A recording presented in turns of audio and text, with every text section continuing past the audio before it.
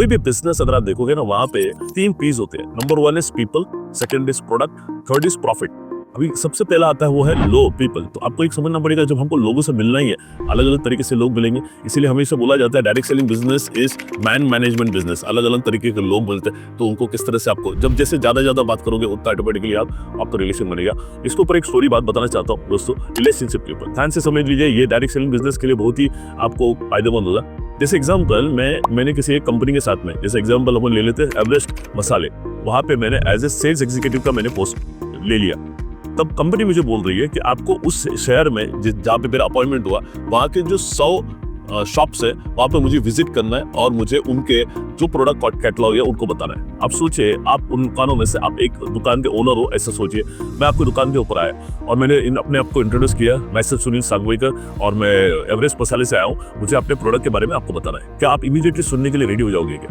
100% नहीं। क्यों नहीं होगे? क्योंकि अभी आप मुझे जानते नहीं हो, आपके मेरे पास ट्रस्ट नहीं है, तो ऑटोमेटिकली आप मुझे सुनने के लिए रेडी नहीं होगे। तो आप मुझे पूछोगे, हाँ भाई ठीक है, एवरेस्ट मसाले ये एक अच्छी रिपोर्टेड कंपनी है, पर फिर भी आप मुझे ना एंटरटेन नहीं करोगे। मुझे बोलोगे नहीं अभी मेरे पास टाइम नहीं है, ये जो भी बहाना बनाओगे मुझे वहां से आप दूर करोगे, राइट?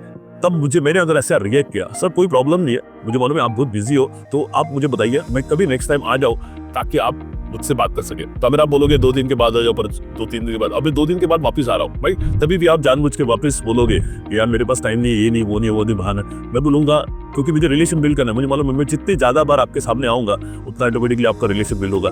तो मैं फिर से आपके पास टाइम लूंगा, मैं दोबारा फिर से मिलने के लिए आऊंगा।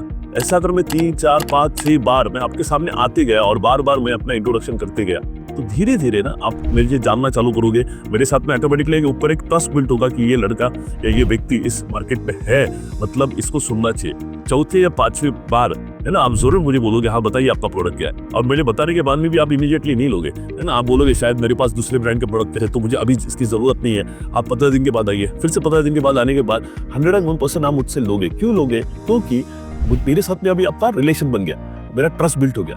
तो ये समझना बहुत जरूरी है कि एक पहले मीटिंग में मुझे आपने एंटरटेन भी नहीं किया, बट वही 5वें या 6वें मीटिंग में मुझसे इतनी बड़ी ऑर्डर ले ली। इसका मतलब क्या है? जितनी बार मैं आपके साथ में मिलूंगा, मेरा रिलेशन और मेरी अगर बातों से, मेरे व्यवहार से, जो भी मैं आपके साथ में बिहेव करूंगा, उससे अगर मेरा रिलेशन बढ़ रहा है या ट्रस्ट बिल्ड हो रहा है, आपको लग रहा है कि ये जेन्युइन आदमी है, तो 101% मेरे साथ में बिजनेस करोगे।